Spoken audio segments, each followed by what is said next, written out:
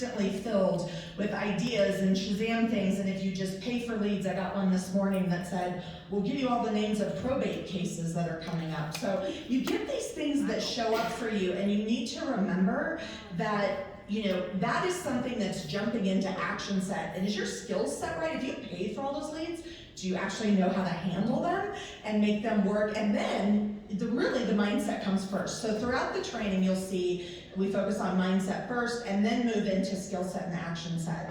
The whole thing around mindset, and I really do think, and a couple people have hit on that, is that this business can be really, really lonely.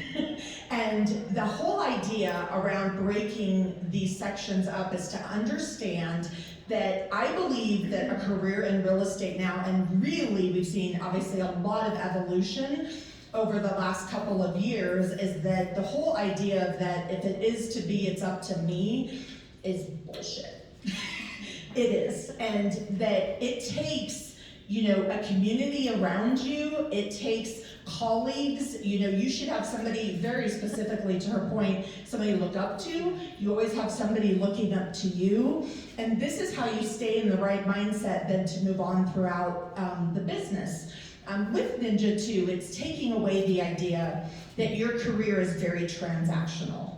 It's not a good idea to just look for the next transaction, get that one done, move on to the next one. When you start to look at your sphere base and understand that they are going to go through this life cycle of the $200,000 condo, then the $400,000 single family, and then move up, and you're there for their life cycle, that is actually the truest way that you're going to raise your average price point, no matter where that is from. But you're understanding that you're building a relationship with that. And a relationship does not require to pay for that lead. So Ninja is really focused around making sure that you're focusing on these three areas, but that you're starting with the mindset piece. And that also has to do with collaboration. I think one of the biggest, most important spheres that you can have are your colleagues in the real estate community in which you live. Because it is not the case that a long-term business can be built by not exactly doing the right thing here, or a little bit not doing the right thing there. Those same people that bring multiple offers on your listing, and if you don't take the time to get back to each one of them, thank them via text, via whatever, that, if it's not handled right, ironically enough, the person that you didn't call back is the next person that has a listing that your buyer wants to buy. So really making sure one of your most important spheres are those colleagues that you have around you, and it builds a better relationship. I love that, because you mentioned, it can be lonely, right? If your organization doesn't support, if your company's culture doesn't have the mindset, skill set, or action set, it's really important to use your sphere of influence, right, to get to the next level. Cameron, in all of this, right, there's emotional intelligence, right? You have to have, and it goes back to mindset, right? Can you tell us what your definition of emotional intelligence is? Yeah, absolutely. So being emotionally intelligent is being self-aware. It's being able to show up in an empathetic way when you need to. It's being able to self-regulate. It's being able to motivate your team, show up in a social setting. It's being able to identify specific tools, like maybe fact versus interpretation. The fact is they didn't hire you. Your interpretation of that could be 1,000 different things, but you don't necessarily need to interpret it any way other than what it is. You didn't get hired. You can keep it moving. You don't have to take it personal. You don't have to do all this crazy stuff to change yourself. So there's a distinguishment that they teach in emotional intelligence training, and many of you may or may not have heard of it. It's called Be, Do You Have? And guys like Tony Robbins and Stephen Covey have used it in their writings. And basically, how we grow up, how we are in this world, a lot of people focus on the have first. Let me have this car, let me have this relationship, let me have this house. They focus on that, or they may say, hey, when I have these items, these things, then I'll do things, and then I'll be happy, or I'll be this person. It doesn't work like that. Like if someone's looking to have a title within their job, let me become the vice president of this position, and then I'll start motivating the team and delegating, and then we'll be profitable.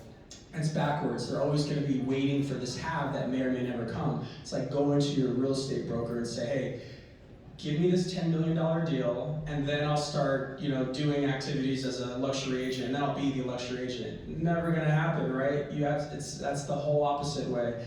So that's like the victim model. Then you have the worker model, and then you have the winner. The worker models do have B. They say, okay, I want this, let me start doing these things. The problem is, they could be doing things for a very long time, but maybe doing the wrong things, or doing way more than they need to do. And if they're not going to have the result that they've said they wanted, then they're not being who they need to be. That's the worker model. The winner is the person they be, do, have. They focus on who do I need to become to have these results, right? They want to be a luxury real estate agent. That's what they want. They want to do $100 million a year in volume. They want to make $3 to $5 million a year in commissions. Who do you have to be? That's what I invite you guys to take a look at. Who's in my market that's doing it? Who do I need to be to have access to these results? Then, using that inner compass, what do I need to do to have these results? And it could be different for everybody depending on what you want, and depending on what your market is, who you're attracting, who's in your center of influence. For example, I'll give my example. I had to become a luxury real estate agent when I was, not luxury at all. And for me, that meant I needed to be knowledgeable. I needed to be polished. I needed to be confident. Okay, well, if I'm going to be knowledgeable, then what do I need to do to be knowledgeable to have these results? Again, I didn't come from luxury real estate. Like, our mom was on welfare. Like, we were living off food stamps and all that stuff. But I freaking went to every open house. I researched home builders and architects. I learned what type of technology was being used in properties, whether it's Crestron, Control 4, Savant. I went to tile yards and researched the difference between quartz and limestone and marble and granite, and what's the pro to this and what's the con of that. I would, act like I was building a custom home, and I didn't even build one, but I just needed to know what that process was, and that would give me the confidence to show up and talk to sellers in a way that they felt like, I knew what the hell I was talking about. So, yeah, I invite you guys to just kind of focus on, how are you showing up in the world? If you want to break into the luxury real estate market, or if you want to thrive and sell luxury real estate at a high volume, and maybe you're not getting those results, but there's always room for improvement. So I would say, how are you showing up in the world today, in the real estate market? How are you showing up? Are you positioning yourself as a luxury real estate expert? Are you always talking about luxury real estate? Are the property, or are your marketing pieces, if they're not a super high-end property, are you positioning them to make them feel like they are a super high-end property, maybe with some detail photography or some different type of drone shots? How are you showing up in the world on social media? What are you saying? How are you projecting? Are you polished? How's your attitude? Are you being somebody that somebody would want to work with for this luxury product that you may or may not be going after? So that, for me, is emotional intelligence. It's being able to become self-aware and identify who you're being, and then, again, with that inner compass, what are you doing? And if you're being who you need to be and doing what you need to do long enough, I swear, eventually, the have will take care of itself. I think that's phenomenal advice, because I think that goes to any industry, right?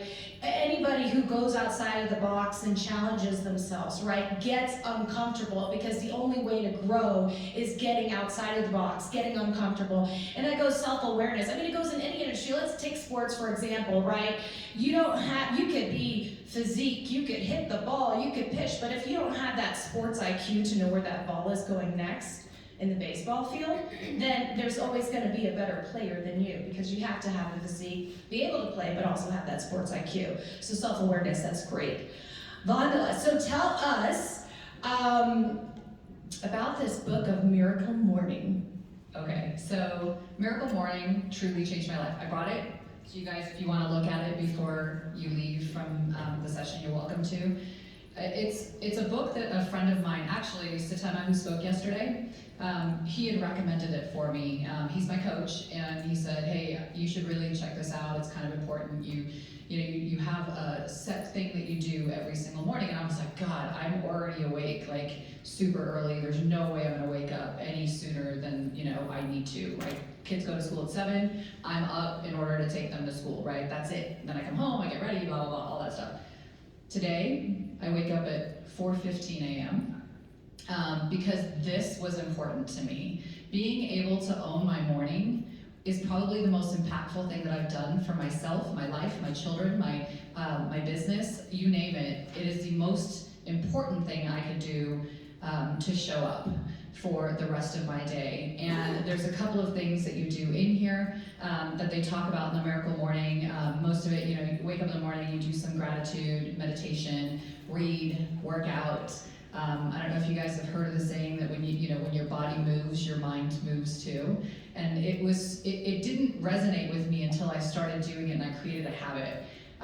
And believe it or not, I was talking to somebody this morning about it as well. When you read and you read different things and you read from different authors and you listen. So I'm one of those. I don't know if I get distracted by shiny objects or what. But when I read, I also have to listen. So I audible and read at the same time, and it really just makes me dive deep into the material. And there's some really great books that I've read recently that I feel have, changed my perspective in the way that I show up, have changed my perspective in how I deal with clients and how I deal with my children, and how I, deal with my team. I'm a coach, I'm a team leader, I'm a broker. We have, 600 agents in our offices. We have 4 offices in Las Vegas, 1 in California. It's a lot to handle when I sit on boards like this, right? So, and then just keeping track of your calendar, I think that's really important. But Miracle Morning is one of those books that I think everybody should read. And if you can even incorporate a percentage, a small percentage, whether it's 10% or 20% of it into your lifestyle, and then add a little bit more every single day, you'll see the results, similar to what Cameron was saying. And if you stay consistent with it, you will see the results, and it'll happen, right? Because you're being consistent and people will see it. I love how you mentioned you read it and you have the audible too, because usually they say someone learns visually, but that is like a double whammy. So you're like, okay, I'm gonna make sure it gets in there. But you brought up a good point, right? I'm a mother of 3, work in corporate, and do organizations like this as well. How do you take what you've learned in these philosophies? I mean, you are, like I said, a luxury agent. You mentioned you had so many brokerages.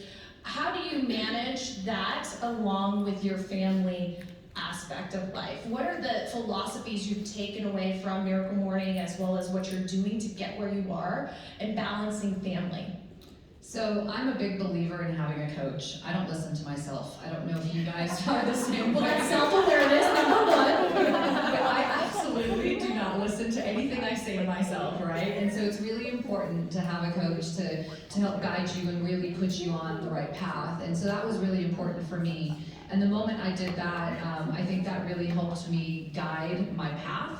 Of keeping it all straight. If you look at my calendar, it is color coordinated. There are, it's a Google Calendar and it's amazing. You've got purple for things that are related to, the business. You've got yellow for things that are, that make my heart happy, which is the nonprofit work and the boards that I sit on. And then, you've got red, which are non-negotiables. That's time for me. That's time with my children. That's time with, people that I want to spend time with, family, friends, like all of that. And I can look at my calendar on a weekly basis and say, too much yellow this week. That's what, you know what I mean? And I can make those adjustments. But it took me some time to get really intentional about that, because I have to put it in my calendar, and if I don't, it never sits. I've gotten older and I can't remember stuff like I used to. There was a time where I could wake up in the morning and know there were 10 meetings and I knew exactly where I had to be at what time. Now I can't remember where I have to go after I drop my kids off. And so it becomes more and more difficult as you get older. You have to have time management. You have to be able to calendar it out. I've had to wake up a little bit earlier. Probably kick back on the wine a little bit more at some point, right? So I can stay aware of what needs to happen the next day. But just making sure that I plan for it, making sure that there's time, and I look at my calendar 2 weeks ahead of time just to do it, and having a really good assistant. I think that's a secret right there. Yeah, no, that's a really great takeaway is one, you mentioned having intent, right? Having intent with, okay, why am I setting up this meeting? Because during the pandemic, it's just like having meetings to have meetings, and then like really what's the end goal here? And then secondly, what you mentioned was the planning aspect, because shoot, I don't even remember what I did yesterday. So calendarizing that and making sure that it's in there. Kimber, I'm gonna ask you, you have an interesting story, which I absolutely love. How did you, in your journey, identify which clients you wanted to work with in order to be successful in the luxury space? Yeah, anybody who had like $1 million house, then that would be my client. So you were like stalking people? I have a funny joke though, I do have to say this. I had a broker open last week for $3.5 million, and I called him and I said, hey, I need you to come to the broker open. He's like, that's too small for me. And I went, what? He's like, I don't go to that. I'm like, well, then send your team. Hey, Cameron, can we be friends? I was in being, right? No, I said it as a joke. I was like, if it's not under $6 million, I won't go. But I was teasing her, and then I put a little winky face and stuff. But yeah, so now, I mean, it's at the point of, you get to a level in your career, and you don't have to work with everybody. You get to decide, you get to choose. And if there's a person that I just do not mesh with, I will just not work with them. So it's really like about who you want to work with, who you feel comfortable with, because you're in this as a team. Like, let's say someone's hiring you to sell their $5 million property. You're going to be in a relationship with them, pretty tight relationship for about 12 months, up to 12 months, it depends on where they price their property at. And then after that, they might want to move and do more business. So it's like, who do you want to invite in your life for however many years? And then if that person makes you feel good, if you can see yourself hanging with them, if you can crack jokes, if you can, break the tension, then they're it. But if not, and they're analytical and they only care about price and money and commission, and they're really just checking you all the time, it's not worth it, because like life is supposed to be enjoyable, right? You don't need to have a miserable life. So that's kind of my perspective on who I decide to work with. I had a good thought. I forgot what I was going to say. I should have written it down. You'll think of it. You'll think of it. So Chanel, that brings me to you. Like, what type of agents do you decide to invest in? That's a great way. I love the way that that's phrased, to invest in, because it is an investment. Your brokerages are there to help develop, help grow your business. I will tell you that there's really just simply like a couple things that I look for. Has nothing to do with the price point an agent works in, absolutely nothing. It actually has to do with a couple quick things. So everybody's familiar with Barbara Corcoran, of course, right? And I watched her speak one time, and she did this great, and I'll say it very quick. When she was growing her business after, she got that $1,000 and, starting to grow in New York, she really knew, okay, I want to try to identify what type of agents I should hire that I know are going to be successful. So she started a spreadsheet, and she started to put things down of like, okay, somebody's really well connected. Well, I have this agent that's really well connected, they're very successful, but I have another agent that isn't super connected and they're successful. And then she said, well, money for marketing. And she started going through these categories and became frustrated because it was very hard to draw a line through who was going to be successful. So she went with barely any money and was gonna hire a research firm to help her figure this out. And her very good friend at a research firm said, hey, guess what? I don't want to take your money, but here's your problem. You're focusing on like demographics and traits. You need to focus on behaviors. So she went through and did the exact same exercise. Can anybody guess behaviors that would make people successful regardless of where they come from, the income, the marketing money they spend? Anybody have a guess? How fast someone can get back up when it's knocked down. That is exactly right, and I know that's what Sue Myers from our Colorado Springs office is gonna say. So you have to fail fast, and I think that Cameron was very specifically talking about that. And actually, when Barbara told the story, she made us laugh because she said, hey, guess what? We're all introspective, we're educated, we're going through this process, but we have to almost be too dumb to think it could have been us that caused the problem, And you have to just keep moving forward. So I look for people that I think can move forward fast. The other thing I look for is in ninja selling, there is a really great concept of showing is better than telling.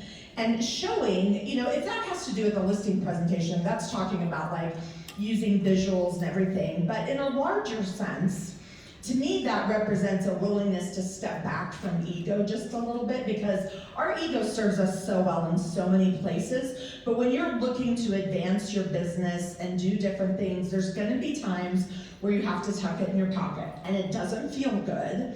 But people that I know can do that, that means they can fail fast and go forward. That also means that they're okay with stepping back from ego, and that's exactly what we look for to invest in the agents that we bring on. Yeah, and I think that just goes back to what I said in the beginning, right? Actions speak louder than words. So I just got the cue that we only have 5 minutes left. I have more questions, but I am going to pause for a good cause and make sure that we have the opportunity, if anybody has any questions in the audience for the panelists, now's your time. Oh, okay, go for it. Don't lose it, because it wasn't in the calendar. Guys, so how many of you guys have worked with a difficult client? Raise your hand. So this is why emotional intelligence is so important, because we get to see another side of people that nobody else sees. Who are you right now? Their public avatar is way different than how they're showing up in this transaction. And it's sometimes still even surprising to me, because some of these people are at the top of their industry, the top of their careers. They own casinos, they're celebrity athletes, they're movie stars.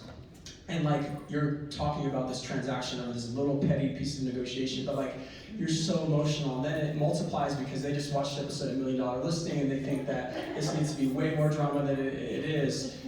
So again, we get paid to obviously sell their house, but we get paid really from taking them from A to Z and they expect us to be that good. Especially if they're paying us what they pay us. They expect us to be able to navigate them, get them, out of their drunk monkey head, and keep them in line and keep them within the boundaries of being sane.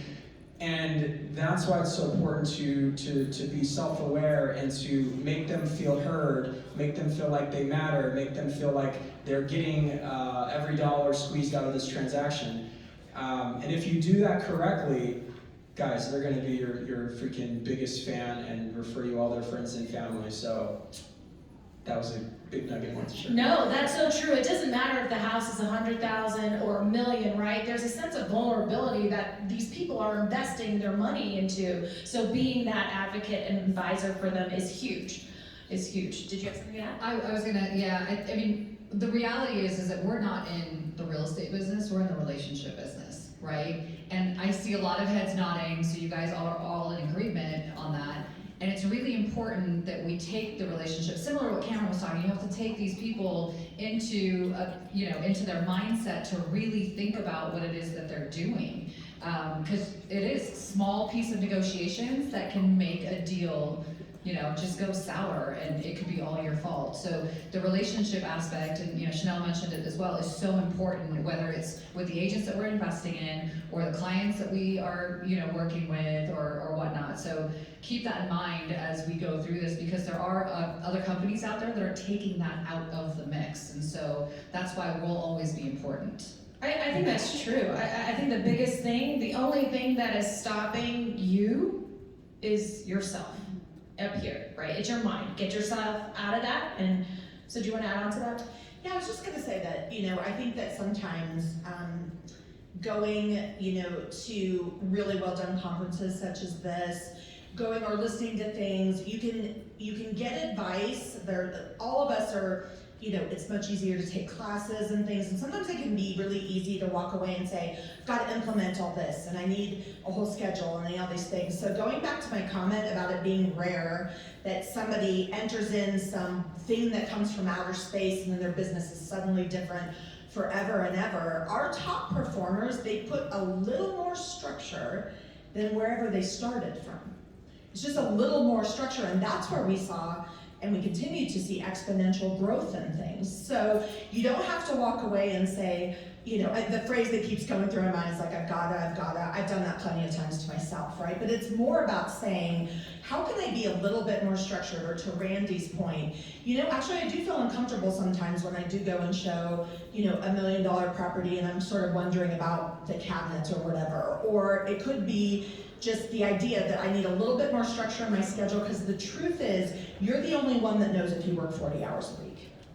So make a couple of little changes, get a little more structured, and that is a far better predictor of exponential growth in your business than anything that could ever show up in your email box and require your credit card. And then I think that goes back to what Vondela said, getting a coach, right? Somebody that can see your worth outside of you, because sometimes you can't see that. We are over on time. Is there anybody that has just like a dying question for them before we close the session? All right, well, the panelists are up here. If you would like to say hello, meet them. I want to thank you guys so much for coming to this session and enjoy the rest of the conference.